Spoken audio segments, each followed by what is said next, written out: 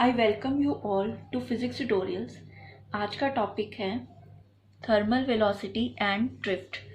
अगर हम एक कंडक्टर को इलेक्ट्रिक फील्ड में रखते हैं तो उसके जो फ्री इलेक्ट्रॉन्स होंगे they will start moving and form करेंगे इलेक्ट्रिक करंट को। There is one very fundamental and basic thing कि नेचर में जितने भी मटेरियल्स हैं उन सब का नेट चार्ज होता है ज़ीरो, अनलेस हम उस मटेरियल को कोई एक्स्ट्रा चार्ज प्रोवाइड करें। सो हम कह सकते हैं कि natural charge of any body zero होगा। दैट मीन्स ना तो उस मटेरियल पर एक्सेस पॉजिटिव चार्ज होगा एंड ना ही उस मटेरियल पर एक्सेस नेगेटिव चार्ज होगा।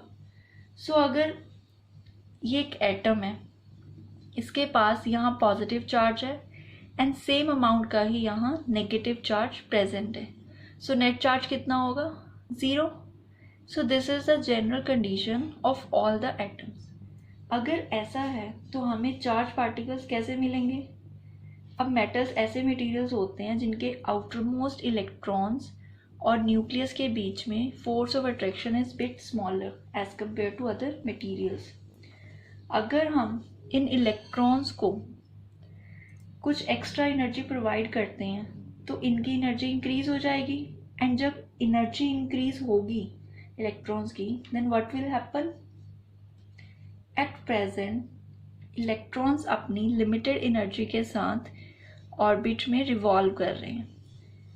जब इन्हें एक्स्ट्रा एनर्जी हम प्रोवाइड करेंगे then their speed will increase, because energy इनकी काइनेटिक एनर्जी को बढ़ा देगी। As a result kinetic energy electron की वेलोसिटी को इंक्रीज कर देगी, एंड अगर वेलोसिटी इंक्रीज हो गई तो ये इलेक्ट्रॉन ऑर्बिट में ना रहकर इस एटम को लीव कर जाएंगे। So they will go like this, and here इनकी force of attraction with nucleus इतनी वीक हो जाएगी कि ये एटम से बाहर निकल जाएंगे। नाउ एनर्जी प्रोवाइड करने से पहले द चार्ज इज ज़ीरो और एक ही पार्टिकल होगा, बट आफ्टर गिविंग एनर्जी हमें दो पार्टिकल्स का सेट मिल जाएगा। This is one electron with negative charge and this rest whatever is remaining here, इसका चार्ज होगा पॉजिटिव। अब हमारे पास यहाँ दो पार्टिकल्स हैं एंड दोनों ही चार्ज पार्टिकल्स हैं। Here we have no charge particle and here we have two charge particles, one positive and one negative. ऐसा क्यों हुआ? Because we have given it energy. अब हम एनर्जी कैसे प्रोवाइड करेंगे? One convenient and easiest method is by heating. Now question is who heats it? Answer is nature. Now nature कैसे heat करेगी? Nature में लोएस्ट टेम्परेचर होता है -273 degree Celsius और 0 केल्विन, एंड अगर room temperature is 27 degree Celsius that is 300 Kelvin. Now from 0 Kelvin to 300 Kelvin difference is of 300 Kelvin. Isn't it too hot? अगर आप गर्म चाय जिसका टेम्परेचर अप्रॉक्स 60 डिग्री सेल्सियस होता है उसको टच करते हो then you say that it is hot, और यहाँ तो 300 केल्विन का डिफरेंस है। This itself is very hot. So nature ने ऑलरेडी हर चीज़ को हीट किया हुआ है अप टू 300 केल्विन। अगर मेरे हाथ में I have an iron rod, so this iron rod is also heated up to 300 kelvin. Then so many electrons have gone out of iron atoms because of this high temperature. So बहुत सारे electrons have gone out of atoms at this room temperature and we get this condition. Now what condition? अगर ये एक metal block है and this positive and this negative ions, ये एक free electron है and this is rest of the atom. So किसी भी metal में हमारे पास large number of positive and negative charges होंगे जिनका नंबर इक्वल है। So now what is the net charge? Answer is 0. So इस तरह से मेटल में free charges, free electrons generate होते हैं एंड सिर्फ मेटल्स में ही ये होता है। अब मेटल में फ्री चार्जेस अवेलेबल हैं and they will act as charge carriers. इसीलिए ये इलेक्ट्रिसिटी कंडक्ट करेंगे। अब जो ये इलेक्ट्रॉन्स हैं इनका नंबर कितना होगा, how many are they and किस कंडीशन में है। इन इलेक्ट्रॉन्स का जो नंबर है वो बहुत लार्ज है, इक्वल टू 10⁻29 पर meter cube. So 1 meter of cube of metal में बहुत इलेक्ट्रॉन्स होते हैं, equal to 10⁻29। So large number of electron metal में अवेलेबल हैं जो इलेक्ट्रिसिटी को कंडक्ट करेंगे। अगर ये इलेक्ट्रॉन्स रूम टेम्परेचर पर हैं या हायर टेम्परेचर पर हैं तो इनकी स्टेट क्या होगी। I mean to ask, are they stationary at one place और are they moving. These electrons are very very small and अगर हम इन्हें स्मॉल अमाउंट ऑफ एनर्जी भी प्रोवाइड करते हैं तो इनको बहुत ज़्यादा वेलोसिटी मिल जाएगी। सो ये सभी इलेक्ट्रॉन्स मूव करेंगे with very high velocity. If this is the metal and let's say this is one electron here, ये ऐसे मूव करेगा। अगर यहाँ एक और इलेक्ट्रॉन है जो ऐसे जा रहा है और सारे इलेक्ट्रॉन्स मेटल में ऐसे मूव करते रहेंगे। अब कितना फास्ट मूव करेंगे, so they move very very fast with a velocity known as thermal velocity. Now why thermal velocity? क्योंकि जो इन इलेक्ट्रॉन्स को एनर्जी मिली है वो हीट फॉर्म में मिली है। सभी इलेक्ट्रॉन्स के पास थर्मल वेलोसिटी होती है। अगर इलेक्ट्रॉन मूव कर रहा है with thermal velocity, for instance अगर यहाँ एक इलेक्ट्रॉन है and here we have this positively charged atom. अब इलेक्ट्रॉन स्ट्राइक करेगा with this positively charged atom and वो rebounds कर जाएगा and again इस इलेक्ट्रॉन को positively charged atom मिला, they both strike and electron will again rebound. So इस तरह से electron within a conductor move करेंगे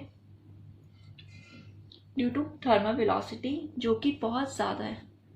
ये इलेक्ट्रॉन मूव करेंगे जिगजैग पाथ में।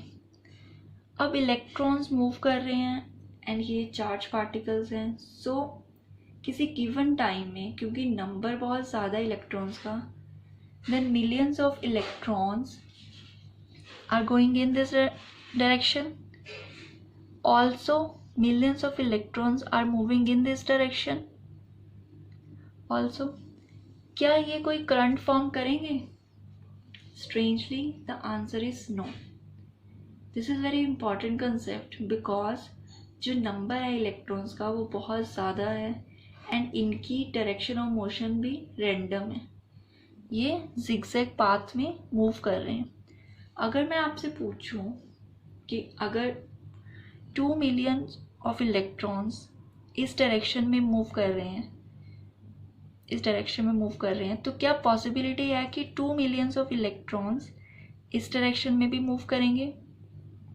आंसर इज यस, क्योंकि इलेक्ट्रॉन्स का नंबर बहुत ज़्यादा है।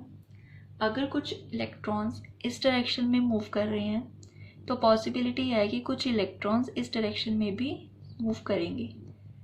अगर I take this velocity as u1 and this is u2 and ये दोनों वेक्टर क्वांटिटीज़ हैं and addition of these two will cancel out.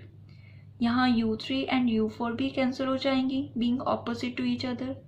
सो इस तरह से हम सम कर लेंगे सभी वेलोसिटीज़ का।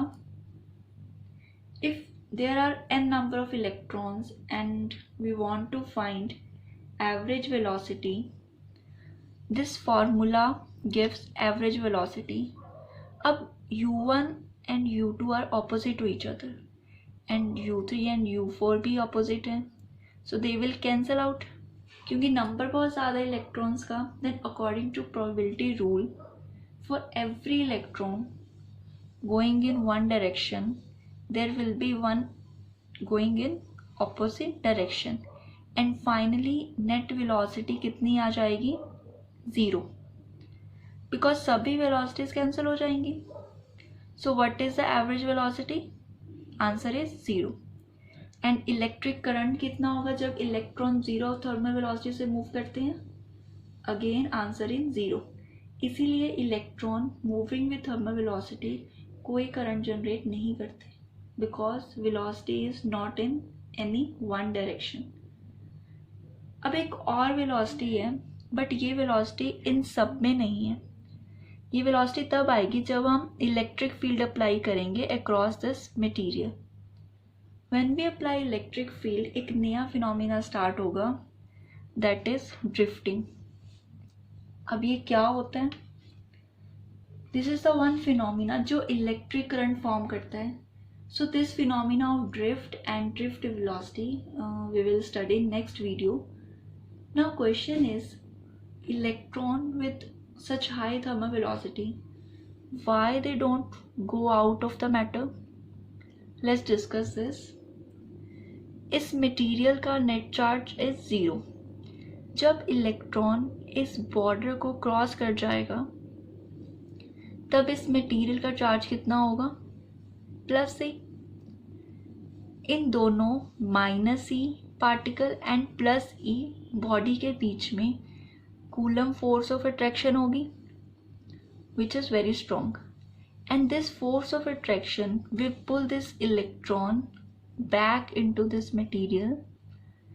इसीलिए जो इलेक्ट्रॉन है with this high thermal velocity ये इस मटेरियल से, मैटर से बाहर नहीं जाएगा, क्योंकि कूलम फोर्स ऑफ अट्रैक्शन की वजह से ये बॉडी इसे दोबारा से अंदर ले जाएगी। Okay, so this was all about thermal velocity. In the next video, we will discuss the concept of drifting and drift velocity. Thank you.